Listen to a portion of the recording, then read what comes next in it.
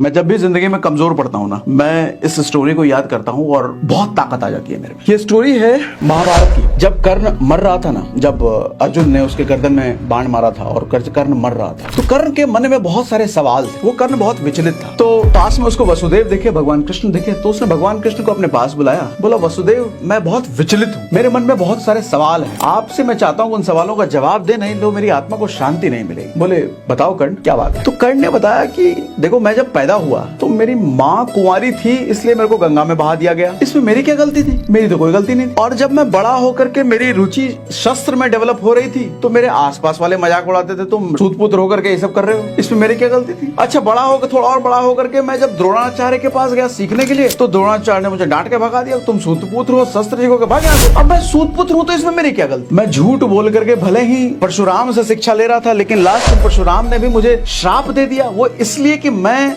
उनके दर्द को, उनकी नींद ना खुल जाए, इसलिए मैं सारा दर्द खुद सह रहा था। अब मैं गुरु को तकलीफ नहीं देना चाहता, तो इसमें मेरी क्या गलती? और इतना ही नहीं, जब मैं शब्द भेदी बाण का प्रैक्टिस कर रहा था, तो गलती से मेरा बाण एक बछड़े को लग गया था, और बछड़े के मालिक के पास जाकर के मैंने विनती करी, हाथ जोड़ा कि गलती से लग गया है, मैंने नहीं देखा, मुझे माफ कर दो। फिर भी उस बछड़े के मालिक ने मुझे श्राप दे दिया, इसमें मेरी क्या गलती है? और इतना ही नहीं, जब स्वयंवर भी हो रहा द्रौपदी का, तो वहां भी सभी लोगों ने मुझे शूद्रपुत्र कहकर के मजाक उड़ाया। माँ कुंती मुझे अपने बेटे होने का रहस्य उन्होंने तब बताया जब उन्हें डर था कि मैं उनके बेटे को मार न दूं। पूरी जिंदगी भगवान, अगर मुझे किसी से प्रेम मिला है, किसी से सम्मान मिला है, वो सिर्फ दुर्योधन से मिला है। और अगर दुर्योधन का साथ मैंने दिया, तो मैंने क्या गलती करी? तो कृष्ण क्या कहते हैं, ध्यान से सुनिएगा। तो कृष्ण कहते हैं, मेरा जन्म कारागार में हुआ था। मेरे जन्म से पहले मौत मेरा इंतजार कर रही थी, कंस के रूप में। मेरे पैदा होते ही मुझे अपने माँ बाप से अलग कर दिया गया।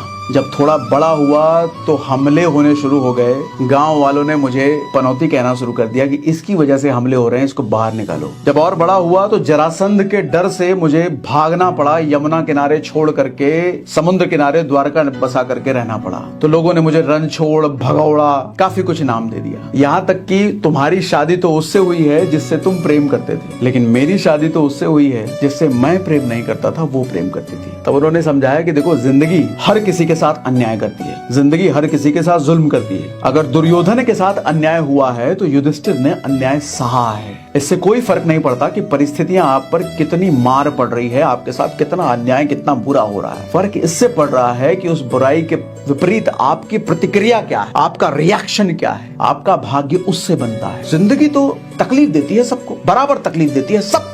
मुझे भी तकलीफ दिया, आपको भी तकलीफ दिया। ये हम पर निर्भर करता है कि हम उन तकलीफों के बदले हम कौन सा रास्ता चुनते हैं। हम भलाई के रास्ते पर चलते रह जाते हैं या हम अधर्म का रास्ता चुनते हैं। जब जब कोई अधर्म का रास्ता चुनेगा तो उसका हालत वही होगा जो तुम्हारा हुआ। मुझे लगता है हम सब में कर्ण वाली शक्ति है सर, लेकिन हम घबरा करके ना अपने रास्ते बदलते रह जाते हैं, कभी इस रास्ते, कभी उस रास्ते, कभी उस रास्ते। विचलित, परेशान है हम, शक्ति सब में है। कृष्ण वही समझाना चाह रहे हैं कि आपकी प्रतिक्रिया आपकी जिंदगी बनाती है। विपरीत परिस्थितियां तो सभी के साथ है। हर किसी को लगता है कि उसकी समस्या सबसे बड़ी है दुनिया में। वो कहते हैं कि दुनिया में ऐसा कोई आदमी नहीं है जिसको ये लगे कि उसकी समस्या दूसरों से छोटी है। हर किसी को यही लगता है कि उसकी समस्या सबसे बड़ी है, लेकिन इसी बीच तो वो तय करता है कि उसे करना क्या है, और वही उसकी जिंदगी बनाती है, वही उसका भाग्य बनाता है।